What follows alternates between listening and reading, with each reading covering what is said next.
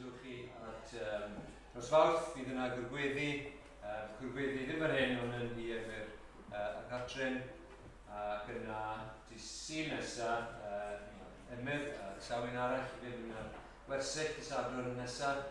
Felly bydd Carwyn Graves yn arwen yn y ddwy oedfa os di oed yn. A wedyn, fel Rodri ti'n sylw bwr yma, gwaith UCCF, ond hefyd y Hela Job casgen y mis, gyfer mis Gorffennaf y gwaith Hela Job, felly mae'n sy'n ola'r mis heddi, felly dys y toffa chi i roi os ych chi wneud hynny. Cwys yna'r bwysig, felly dim angen eich ffôn a WhatsApp hynny yr emynem i fod ar y sgrin. Gael chi wyddio. Diolch ti ar gweith am ddwrnod braf, diolch i ti am iechyd i ddod at ein gilydd fel hyn am y ryddid yma sydd gyda ni yn ein gwlad ni. I gwrdd gyda'n gilydd, i addoli di. Diolch bod dair di gyda ni. A diolch yn gwneud i byd arall, bod gyda ni wrthrych i'w addoli, bod gyda ni fel fynd a'n ryd i ni eich llwyr. Mwynhau gymryd y bethau mewn bywyd, mwynhau y byd natur, mwynhau mynd am dro a chwaraeon a bob math o adloniant a darllen a holl bethau da mae ti'n rhoi ni, ond ni yn gwybod bod ti wedi creu ni i dy fwynhau di. Yn gwybod at yr oer agwedd meddwl na i ni nawr hyn, wrth ni ddod at ein gilydd, bod ni yn dy fwynhau di, bod ni yn mwynhau darllen dair di, bod ni'n awyddus i glywed beth sydd gyda ti i ddweud wrthyn ni, a bod ni am ddod at y ti a eisiau canu dy glodydd di, a eisiau dy ganmol di, a eisiau ti weithio yn y colonydd. Bod ni'n gweld pa mor fawr, pa mor ryfeddol wyt ti, a bod y gwirionedd yn creu ardrach sy'n ddofn ar y colonydd. Bydd yna fydd yn clywed bod yma, a gwyddio, bod ni'n dystydiad pethau yma gyda'r meddyliau, bod ni, bob un ohonyn nhw, wedi glasu bod ni wedi dybrofi di. Ac ni yn diolch i ti am dy gyfiawnder di. Does dim unrhyw eifiad yna ni o gwbl. Mae ni'n diolch i ti bod ni'n gallu dod i dy bresenoldeb di yn heifiad Iesu Grist. Derbyn ni nawr felly, mae ni'n beio. Yn ei heifiad di. Amen. Diolch Dewi. Wel, ganwn ni dyn gilydd, ni'n mynd i gannu rhif 375 yn y llyfr ymynau. 375. Gweil ar y croesbren acw. Gyfiawnder mawr yn ei. Doedd uneb a thrigaredd yn gorwedd mewn un lle.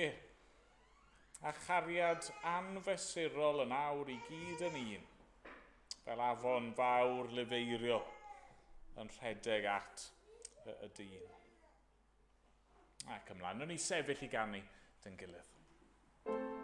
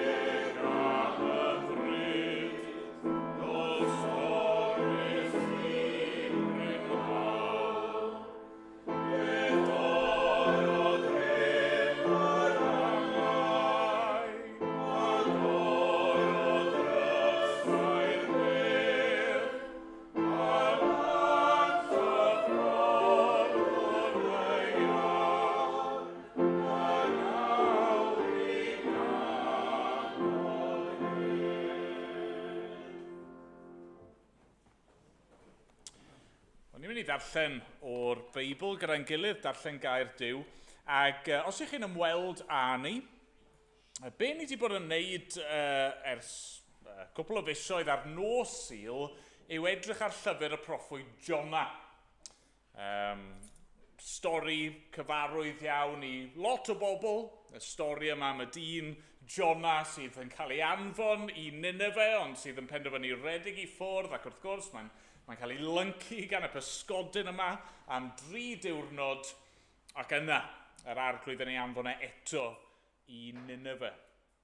A be ni wedi bod yn wneud yw edrych ar y llyfr yna, y stori yna, a tynnu allan rai themau, rai o'r pethau ni'n dysgu gan y llyfr yna.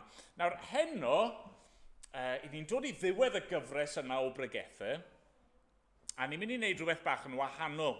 A felly, yn hytrach na darllen Jona i gyd eto, heno ni'n mynd i darllen o Efengyl Mathew, pennod 12, ac adnodau 38 i 42. Darlleniad tipyn byrrach ni wedi bod yn cael ar Nos Sul. Yn lle Jona i gyd, i ni jyst yn darllen Mathew 12 ac adnodau 38 i 42. Gobeithio bydd y geiriau ar y sgrin. Dyma gair Duw. Yna dywedodd rhai o'r ysgrifenyddion a'r Phariseiaid wrth Iesu, athro, fe garem weld arwydd gennyt. Atebodd yntai, cenhedlaeth drygionus ac aniwiol sy'n ceisio arwydd. Eto, ni roddir arwydd iddi, ond arwydd y proffwyd Jona. Oherwydd fel y bu Jona y mol y morfil am 3 diwrnod a thair nos, felly bydd mab y dyn yn nyfnder y ddeiar am 3 diwrnod a thair nos. Bydd pobl Nineve yn codi yn y farn gyda'r genhedlaeth hon ac yn ei chondemnio hi. Oherwydd edif ar hasant hwy dan genadwri Jona, ac rydych chwi yn gweld yma beth mwy na Jona. Bydd Brenhines y De yn codi yn y farn gyda'r genhedlaeth hon ac yn ei chondemnio, oherwydd daeth hi o eithafoedd y ddeiar i glywed doethineb Solomon, ac rydych chwi'n gweld yma beth mwy na Solomon. Amen. Amen. Diolch i Dduw am ei air. O ganwn ni efo'n gilydd eto. Ni'n mynd i gannu o'r atodiad y tro yma, rhif 19.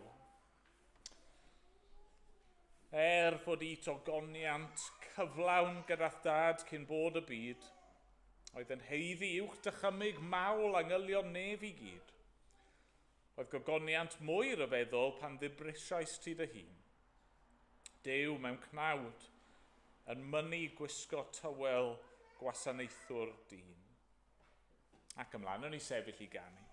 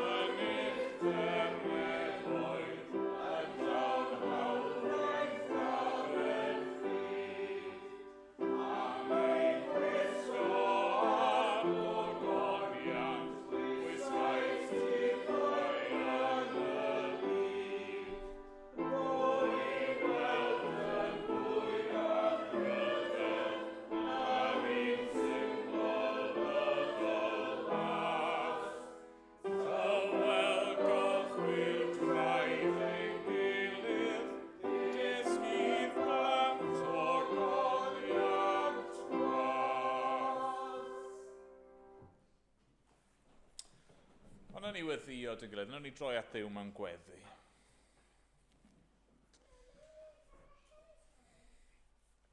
O arglwydd ein Duw. Dyn ni'n troi at y ti yn awr. Arglwydd i ni'n dygeisio di yn awr.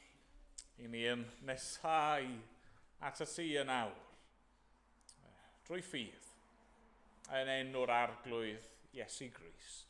Da, ni'n dod gan ddiolch i ti amdano fe. Yn diolch i fod y gair wedi dod yn gnawd, fod yr arglwydd Iesu, Duw y Mab, wedi dod yn ddyn, wedi dod i'r byd, wedi dod i'n plith ni, wedi dod i ganol tywyllwch a sbwriel a brynt ni'r byd yma. Da, ni'n diolch bod wedi dewis dod o'i wirfodd, a wedi ymostwng ei hun a wedi dod nid i gael ei wasanaethu, ond i wasanaethu a rhoi ei fywyd yn brydwerth dros lawer. Arglwydd, ni'n diolch amdano fe. Yn diolch fod e'n fwy na Jona. Yn diolch fod e'n fwy na Solomon. Diolch fod y Beibl i gyd yn pwyntio ato fe. Yn diolch fod air di cael ei roi i ni mwyn paratoi ni ar ei gyfer mwyn helpu ni i ddeall pwy yw Iesu a pam fod wedi dod a be mae wedi gyflawni drosto ni.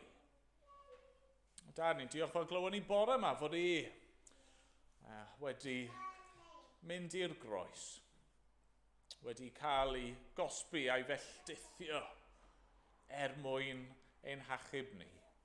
Ni'n diolch fod wedi dod i'n caru ni, i roi ei fywyd i lawr drosto ni. Ni'n diolch fod wedi dod i geisio ac i gadw'r colledig. Ni'n diolch am ei barodrwydd ei ddod ac yn diolch am mor hyfryd yw'r arglwydd Iesu Grist.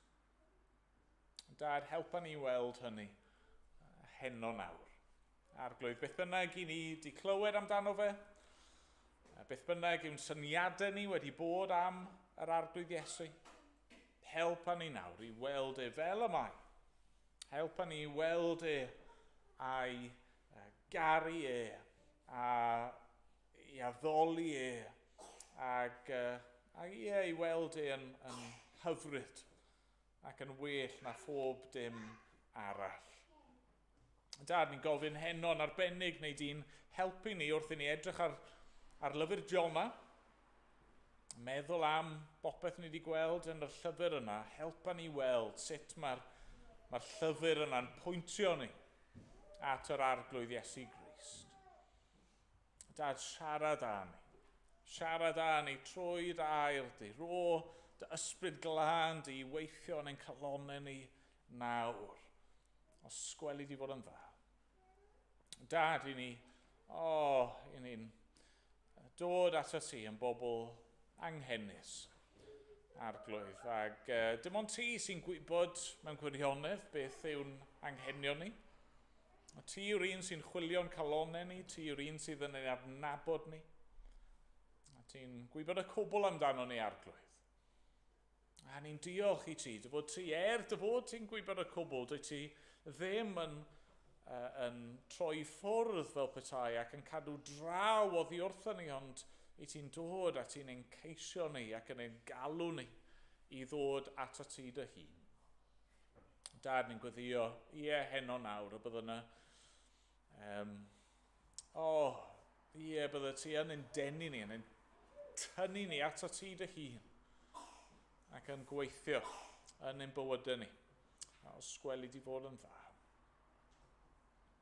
Arglwydd, clyw ein gweddi ni felly, ac derbyn y mawl i gyd. Ti yn unig sy'n ei heiddi fe. Da, derbyn ni nawr, yn enw ac yn heiddiant yr arglwydd Iesu Grist. Amen. Amen. Ganon ni emyn arall, rhif 162. yn y llyfr Emynau. 1:62. Nôl marw brenin hedd, a'i eiddo i gyd yn brydd, a'i roi mewn newydd fedd, cyfodau'r trydydd dydd. Boed hyn mewn cof gan Israel Duw, mae'r oen a laddwyd eto yn fyw. Ond yn ei sefyll i ganu.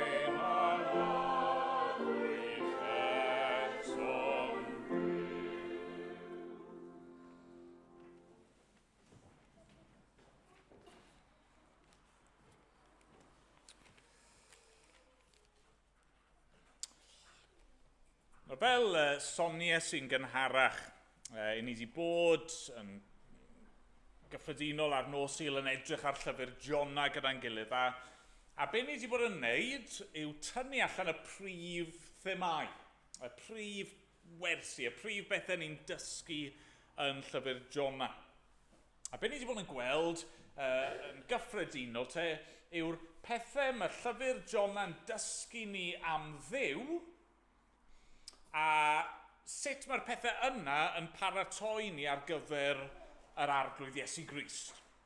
Felly enghraifft, nathon ni weld i ddechrau yn yn llyfr Jona, mae Duw yn Dduw sydd yn siarad. Mae'n Dduw sydd yn cyfathrebu, sydd yn datguddio ei hun, ac wrth gwrs, y ffordd mae wedi siarad mwyaf clir yw ymherson yr arglwydd Iesu Grist, Duw y Mab. Yna nathon ni weld fod Duw yn reoli yn llyfr Jona, fod ganddo fe arglwyddiaeth ac awdurdod dros bopeth, fod ganddo fe gynllun oedd yn gweithio ei hunan allan, ac unwaith eto, ni'n gweld hynny yn cyrraedd ei chyflawniad yn y pen draw ymherson Iesu Grist. Yna nathon ni weld yn llyfr Jona fod Duw yn Dduw cyfiawn. Mae'n Dduw sydd yn barnu. Mae'n Dduw sydd yn cosbi drygioni, yn delio gyda phechod. Ac wrth gwrs, lle ni'n gweld hynny mwyaf clir yw yng nghrhoes yr arglwydd Iesu Grist. Ni'n gweld fyna wrth i Duw y Mab ddioddef ar groes mor ddifrifol yw pechod. A be mae pechod yn ei heiddi fel cosb yw marwolaeth a dicter a melltith Duw. Ac yna welon ni yn llyfr Jona hefyd y Duw sydd yn achub. Y Duw sydd yn achub, sydd yn drigarog, sydd yn raslon, sydd yn llawn cariad ac amynedd a thosturi ac eisiau i bobl i edif ar hau a redeg ato fe mwyn cael bywyd ac unwaith eto. A lle ni'n gweld hynny yn cyrraedd ei anterth, y climax, wel, yn Iesu Grist. Yr un nath farw ar y groes a cymryd arno fe ei hun, ein cosb ni, fel bod ni trwy ffydd yn gallu cael maddeuant a cael ein cymodi gyda Duw, a bod yn iawn gyda Duw, a cael bywyd tragwyddol ynddo fe. Felly, ni wedi gweld 4 thema mawr, a fi'n siŵr bod yna themau eraill falle di'ch taro chi. Ond ni yn ystyried cael cyfnod agored i rannu gyda'n gilydd heno. Nawn ni ddim wneud hynny, ond byddwn ni wrth y modd. Falle ar ddiwedd yr oedfa dros baned, neu falle yn y cwrdd gweddi dros Fawrth, neu jyst yn yr wythnosau sy'n dod. Pe bawn ni yn rannu gyda'n gilydd, a byddwn ni wrth y modd yn clywed gennych chi, beth sydd wedi taro chi wrth i ni fynd wythnos i wythnos trwy'r llyfr yma? Beth sydd wedi taro chi o'r newydd am yr arglwydd? Ond heno fi eisiau gwneud rhywbeth bach yn wahanol. Be fi eisiau gwneud yw tynnu allan yr rannau hynny o stori Jona, y rannau hynny o'r hanes sydd yn rhoi rhyw gysgod i ni o fywyd a gwaith yr arglwydd Iesu Grist. Nawr, peidiwch camddeall, mae rai pobl yn camddeall ar y pwynt yma, pan ni'n sôn am pethau yn yr Hen Testament yn pwyntio ymlaen, neu pethau yn yr Hen Testament yn gysgod o'r hyn o ddod. Mae rai pobl yn meddwl, wrth ddweud hynny, bod ni'n trin yr Hen Testament fel petai just yn stori, fel petai ddim wedi digwydd go iawn. A fi ddim yn awgrymu hynny o gwbl. Yn yw nid just stori yw llyfr Jona sydd wedi cael ei roi i ni mwyn paratoi at Iesu, mae'n hanes. Dyma naeth Duw. Dyma'r ffordd gweithiodd yr arglwydd y mywyd Jona ac y mywyd y morwyr yna ac y mywyd pobl Nineve. Mae'n hanes, mae'n ffeithiol, digwyddodd go iawn, ac eto ar yr un pryd, mae yna elfennau o'r stori sydd yn amlwg iawn yn gwneud i ni feddwl ac yn cyrraedd eu cyflawniad nhw yn yr arglwydd Iesu Grist. Ystryd fi'n gallu dweud hyn efo'r fath sicrwydd? Wel, achos mae'r arglwydd Iesu Grist yn dweud hynny, yn dydy. Dyna pam o'n i eisiau darllen o Mathew 12, yr adnodau hynny. Mae'r Phariseiaid a'r ysgrifenyddion, yr arweinwyr crefyddol yma, maen nhw'n gofyn i Iesu am arwydd, a mae Iesu'n dweud, fe gewch chi arwydd, yr arwydd fydd arwydd Jona. Mae Iesu Grist yn dweud, mae yna un mwy na Jona fan hyn. Mae Iesu Grist yn dweud, mae'r hyn ddigwyddodd yn stori Jona, yn hanes Jona, oedd wedi digwydd mwyn pwyntio ato fi. Felly beth yw'r elfennau hynny o stori Jona sy'n pwyntio at yr arglwydd Iesu? Wel, y pwynt cyntaf fi eisiau ni nodi heno yw hyn. Iesu yw y proffwyd parod. Iesu yw y proffwyd parod. Llyfr Jona. Mae'n dechrau yn dydy. Gyda Duw yn rhoi neges i Jona, y proffwyd. Mae'n dweud yn Jona 1, adnod 1, daeth gair yr arglwydd at Jona fab Amittai a dweud, cod, dos i Nineve, y ddinas fawr, a llefara yn ei herbyn, oherwydd daeth ei drygioni i'm sylw. Mae Duw yn siarad gyda ei broffwyd. Mae'n rhoi neges i'r proffwyd Jona. A be mae Jona'n gwneud, gobeithio bod chi'n gwybod erbyn hyn, ni wedi darllen trwyddo fe 4 o weithiau gyda'n gilydd, be mae Jona'n gwneud? Mae'n mynd y ffordd arall. Mae Jona yn amharod i wneud yr hyn mae'r arglwydd yn dweud wrtho fe. Mae'n mynd i lawr, i lawr, i lawr. Mae'n mynd lawr i'r cwch yma, mae'n mynd ar gwch sydd yn mynd i'r cyfeiriad arall. Ac wrth i ni ddarllen ymlaen, ni'n dod i ddeall pam, yn dydyn ni, chi'n cofio pam, achos dwi ddim eisiau mynd i Nineve. Dyw e ddim eisiau I bobl Nineve I glywed neges Duw. Dyw e ddim eisiau I bobl Nineve I edifarhau am eu pechod nhw, achos mae e'n gwybod os nawn nhw hynny, bydd Duw yn maddau. Nineve, yr ddinas fawr ddrwg yma, oedd prif ddinas yr Assyriaid, gelyn mawr Israel yn y cyfnod, a dyw Jona methu dychmygu mynd â newyddion iddyn nhw fydd yn arwain at nhw yn cael eu hachub. Darllen stori Jona, beth ni'n gweld yw proffwyd amharod. Proffwyd sydd ddim wir eisiau gwneud yr hyn mae'r arglwydd yn dweud wrtho fe. Mae'n benni lan yn gwneud be mae Duw yn dweud, ond kicking and screaming. Ac yna, wrth gwrs, ni'n troi'r Testament Newydd yn dyn ni. Y dyfodiad yr arglwydd Iesu Grist. A be ni'n gweld ynddo fe? Wel, nid proffwyd amharod, ond proffwyd parod. Proffwyd sydd yn dewis dod. Mae Iesu Grist yn dweud wrth I ddisgyblion, mae'n rhaid I fi gario ymlaen, mae'n rhaid I fi fynd I Prygethwr oherwydd I hyn y deithim. Dyma pam I fi wedi cael fy ngeni o gwbl a hynny yw, mae yna llawer o lefydd gallwn ni troi, ond ni'n meddwl falle am dechrau Efengyl Ioan. A'r geiriau hynny.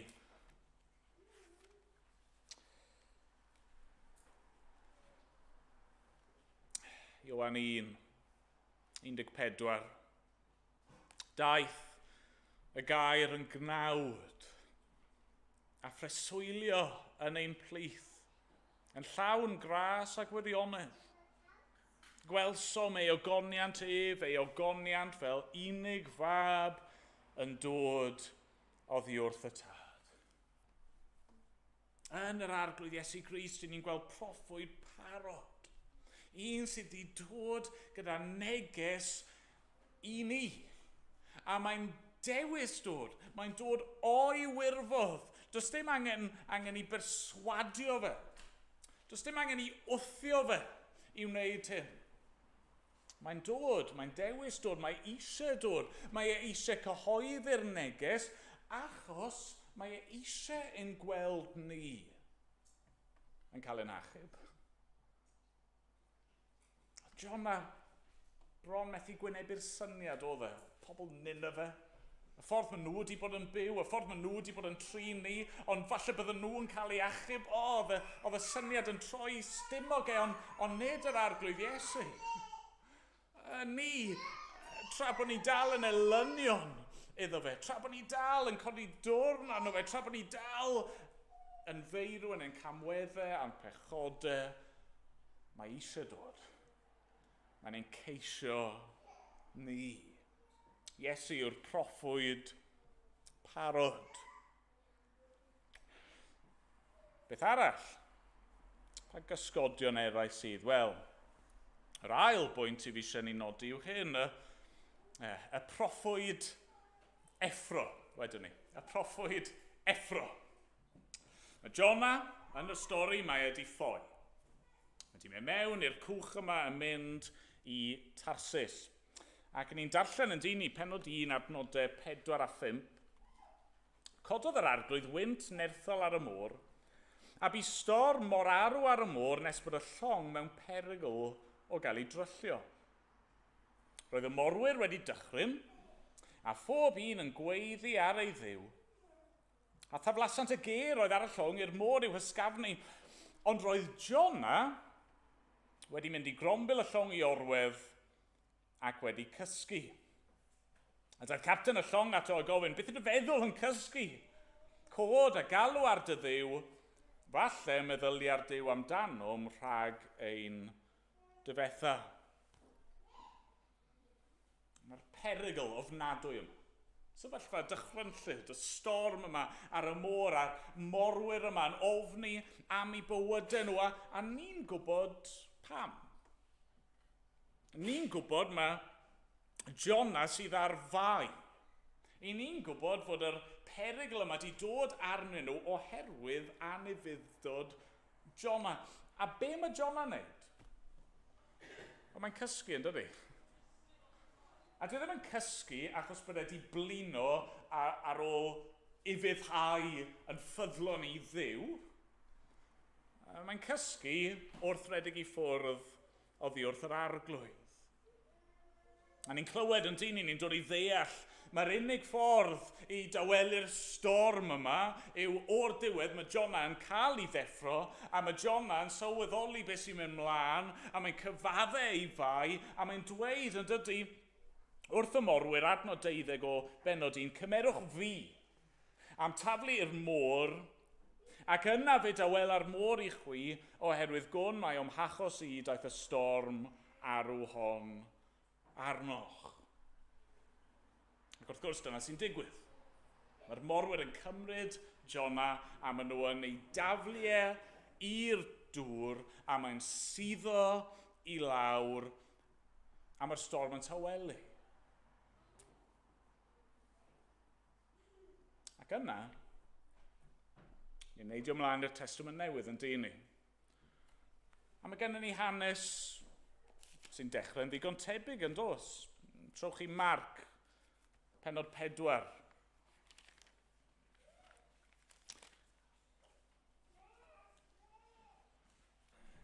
Yn Efengyl Marc, pennod 4, adnod 35. Y diwrnod hwnnw gyda'r nos, dywedodd Iesu wrthynt awn drosodd i'r ochr draw. Ac adawsant y dyrfa mynd ag ef yn y cwch fel yr oedd. Roedd cychod eraill hefyd gydag ef. Cododd tymystl fawr o wynt, ac roedd y tonnau'n ymdaflu i'r cwch nes ei fod erbyn hyn yn llenwi. Roedd ef yn starn y cwch yn cysgu ar glistog. Deffroesant ef a dweud wrtho athro wyt ti'n hydio dim ei bod ar ben arnom? Ac fe ddeffrodd a cheryddu'r gwynt a dweud wrth y môr, bydd ddistaw, bydd dawel. Gostegodd y gwynt a bydd tawelwch mawr. A dwedodd wrthyn, pam mae arnoch ofn? Sut yr ydych heb ffydd o hyd? Daeth ofn dirfrawr arnynt ac meddent wrth ei gilydd, pwy ynte yw hwn? Mae hyd yn oed y gwynt a'r môr yn ufuddhau iddo. A dwi ddim yn gyd digwyddiad, ydy e? A bod gennych chi Iesu yn cysgu, yn starn y cwch, a'r storm yma'n codi, a rai sydd yn y cwch gyda fe eto yn forwyr profiadol, a maen nhw'n ofni am ei bywydau, maen nhw'n meddwl bod e ar ben arnyn nhw, ond sut mae'r stori yna'n gorffen? Ond mae Iesu'n codi, a mae'n cyrryddu'r storm. A dweud bydd dawel. Shhh! A mae'r môr, a'r tonau, a'r gwynt, a'r glaw, mae'r greadigaeth yn ufuddhau iddo fe. Fe yw'r un sydd yn tawelu'r storm. Fe fan hyn nawr yn rhoi'r arwydd yma o pwy yw e.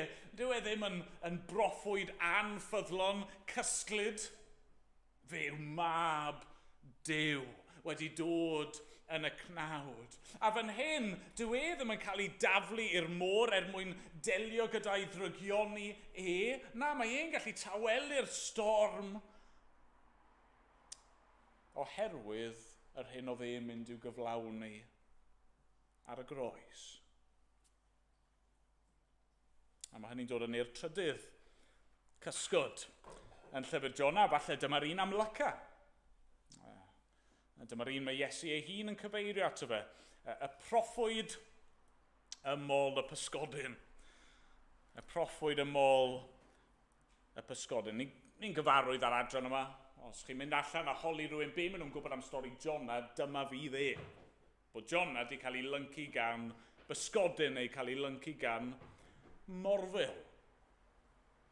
A mae rai pobl yn ffindo fe'n anodd i gredu y ran yma o'r stori. Maen nhw'n stryglo i gredu sut gallai Jona fod wedi goroesi. Nawr wrth gwrs efo Duw, mae pob peth yn bosibl. Mae'n arwydd, mae'n wyrth, mae Duw yn gweithredu mewn ffordd annisgwyl, mewn ffordd anarferol. Mae rai pobl yn meddwl bod Jonah ddim di goroesi. Os chi'n edrych ar eiriau Jonah yn Mhenod 2, mae'n dweud yn dydy bod wedi cael ei daflu'r dyfnder, bod wedi mynd lawr i'r pwll, a bod wedi mynd lawr i'r dyfnder i Seol. Ac y syniad fan bod wedi mynd lawr i gwlad Emyr. A mae'n dweud wedyn, yn Pennod 2 adnod 7, fod wedi llywygu, a mae'r gair yna yn cyfleu'r syniad fod ei ysbryd wedi cael ei gymryd oddi arno fe. A mae rai pobl yn awgrymu wedyn ar ddechrau Pennod 3, pan mae Duw yn dweud cod, hynny bod e'n ei gyfodi o'r meirw. Mae'n bosib, ni ddim yn gwybod. Falle bod Jonah wedi marw ac yn yr arglwydd yn ei atgyfodi, neu falle bod y profiad yna, mol y pysgodyn, wedi digwydd fel cysgod o farwolaeth. Yn all ffordd na'r llall, y pwynt yw hyn, be ddigwyddodd i Jonah, fe aeth e lawr i'r dyfnder. Fe aeth e lawr i'r wlad y ceodd ei bolltau arnaf am byth. Fe aeth e lawr i'r man honno dyw pobl ddim yn dychwelyd oddi wrtho fe. Os chi'n mynd lawr i waelod y môr, chi ddim yn dod nôl. Heblaw bod yr arglwydd yn eich codi chi. Ac wrth gwrs, dyna mae Iesu'n dweud yn dyfer adran ddarllenon ni Mathew 12, adnod 40. Fel y byd Jonah ymol y morfil am 3 diwrnod a thair nos. Felly bydd mab y dyn yn nyfnder y ddaear am 3 diwrnod a thair nos. Hynny yw, oedd Jonah wedi profi marwolaeth ac yn yr arglwydd yn dod â fe yn ôl, yn arwydd i bobl Nineve. A mae Iesu'n dweud fod yn mynd i roi arwydd mwy, fod yn mynd i fynd i'r bedd, fod yn mynd i cael ei groeshoelio, ei ladd yn y ffordd mwyaf erchyll, oedd e'n mynd i ddioddau dan felltith Duw, oedd e'n mynd i gael ei wrthod gan ei bobl ei hun, cael ei wrthod gan y byd, a'i gamdrin yn ofnadwy, a'i roi yn y bedd yna am dridiau, ac yna, atgyfodi. Ni'n darllen yn dyn ni yn 1 Corinthiaid 15. Mae'r Apostol Paul yn sôn am hyn yn dydy. 1 Corinthiaid 15 adnod 3, yn y lle cyntaf, traddodais i chwir hyn a dderbyniais, i Grist farw dros ein pechodau ni yn ôl yr ysgrythyrau, iddo gael ei gladdu a'i gyfodi y trydydd dydd yn ôl yr ysgrythyrau. Pa ysgrythyrau? Wel, mae llawer o opsiynau, ond mae Jonah yn un ohonyn nhw. Hynny oedd Duw di dangos, di proffwydo o flaen llaw beth fydde'n digwydd i'r arglwydd Iesu. Bydde fe'n dioddau ac yn marw ac yn cael ei atgyfodi. Mae Iesu wedi blasu marwolaeth.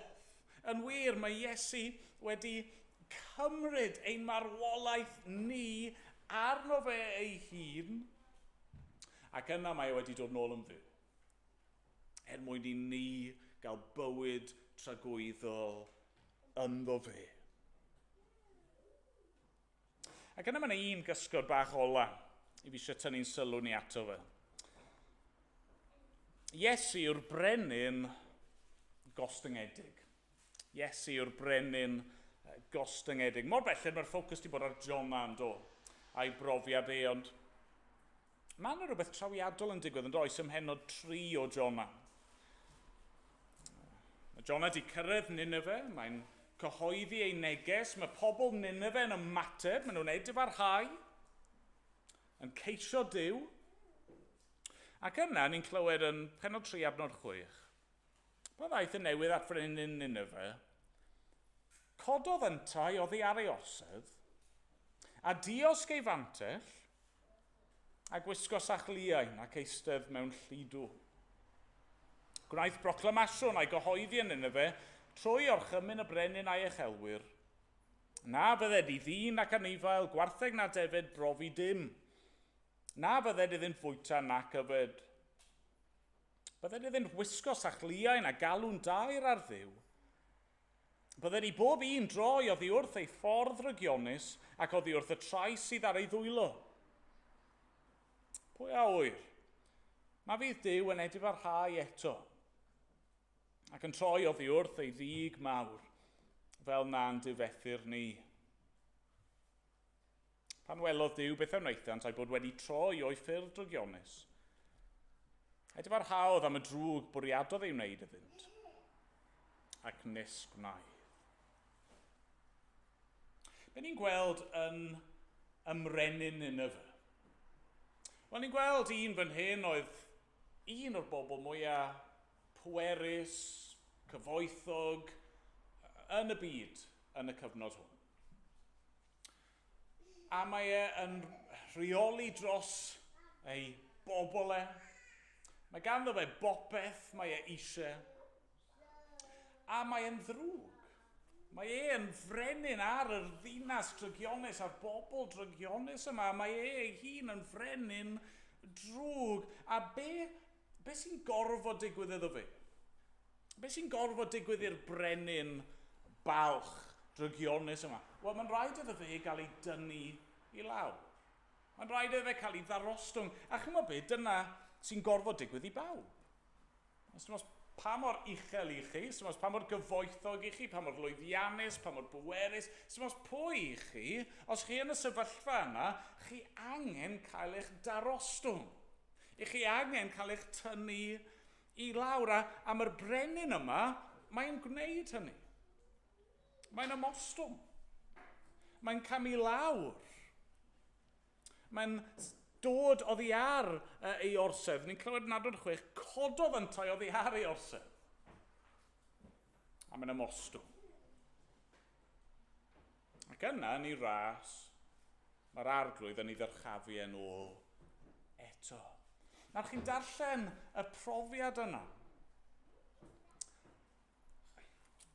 Sa'n gwybod amdano chi, ond mae'n meddwl i yn mynd i yr arglwydd Iesu. Mae'n meddwl i yn mynd i, enghraifft, beth ni'n ei ddarllen yn Philippiad, benod 2, neu falle'n fwy amlwg beth ni'n darllen yn Ioan 13. Adnodau 1 ymlaen. Ioan 13, ar drothwy gwyl y Pasg. Roedd Iesu'n gwybod fod ei awr wedi dod, iddo ymadael ar byd hwn a mynd at y tad. Roedd wedi caru rai oedd yn eiddoedd yn y byd ac fe'i carodd hyd yr eithaf. Yn ystod swper, pan oedd y diafol eisoes wedi gosod yng nghalon Judas fab Simon Iscariot y bwriad i'w fradychu ef, dyma Iesu, ac yntau'n gwybod bod y tad wedi rhoi pob peth yn ei ddwylo ef, a'i fod wedi dod oddi wrth Dduw, a'i fod yn mynd at Dduw, yn codi o'r swper, ac yn rhoi ei wisg o'r neilltu, yn cymryd tywel, ac yn ei glymu am ei ganol. Yna tywallto ddŵr i'r badell, a dechreuodd olchi traed y disgyblion a'i sychu a'r tywel oedd am ei ganol. Be mae Iesu'n neud fan hyn ar y noson mae'n cael ei fradychu? Wel, mae'n codi yn dydi. A mae'n ymostwng ei hun. Ac yn golchi traed ei ddisgyblion mwyn dod â nhw at Dduw. A mae yna arwydd fan hyn. Mae'r Iesu fan hyn yn dangos yn symboledd be mae ei wedi wneud wrth gadael y nefoedd, dod i'r byd i farw ar groes mwyn dod â ni at Dduw. Fe, chi'n gweld, yw'r brenin gostyngedig. Fe yw'r brenin i ni angen. Fe yw'r un sydd wedi rhoi lan ei ogoniant, a'i gyfoeth, a'i nerth, di dod yn dlawd, di dod ar ffurf gwas, di dod i ei roi ei fywyd yn ein lle ni, mwyn dod â ni at Dduw. Wel, diolch i'r arglwydd. Diolch am yr arglwydd Iesu Grist. Diolch am lyfr Jona. A'r cwbl, mae'r llyfr yna yn dangos i ni amdano fe. Amen. Amen. Wel, ganwn ni efo'n gilydd wrth i ni orffen. Ni'n mynd i ganu rhif 157 yng Cwmpawd 2. 157. Gorffennwyd y Meseia roes ei fywyd dros bechodau y byd. Yr ail bennill yn dweud hyn yn dydy. Fe rwygwyd llen y deml fi, ac orwyd ffordd i'r nefoedd fri. Trwy Grist fe chwalwyd pob ryw fur, mae croeso i bechaduried li. Cyflawnwyd y cysgodion gaid, pob gair proffwydol ddaeth yn wir. Fe weidodd oen di bechod Duw. Gwaed y cyfamod newydd yw. Ac ymlaen, o'n i sefyll i ganu yn gilydd.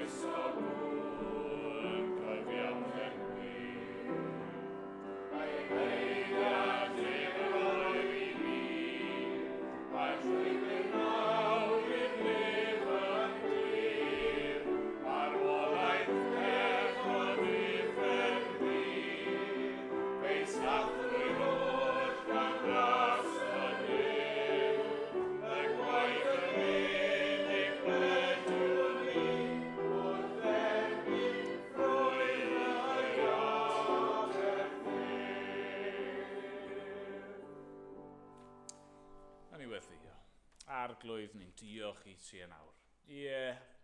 Fod Iesu yn barod i ddod i'r byd mwyn ein ceisio ni. Ni'n diolch fod di dod yn llawn awdurdod a nerth. Ni'n diolch fod wedi mynd i lawr i farwolaeth drosto ni. Ni'n diolch fod di dewis roi lan ei hawliau a'i fawrhydu a dod ar ffurf gwas mwyn achub rai fel ni. Da, diolch am y pethau hyn, diolch am y cwbl i ni wedi ei weld yn llyfr Jona ac arglwydd ein gweddi ni nawr yw yn ei di parhau siarad â ni. I heno ac yn yr dyddiau a'r wythnosau sy'n dod, byddwn ni'n parhau i gael ein bendithio wrth fyfyrio ar yr arglwydd Iesu Grist a meddwl mwy amdano fe. Dad, bydd gyda ni nawr i derbyn ni yn ddiolchgar yn enw Iesu. Amen.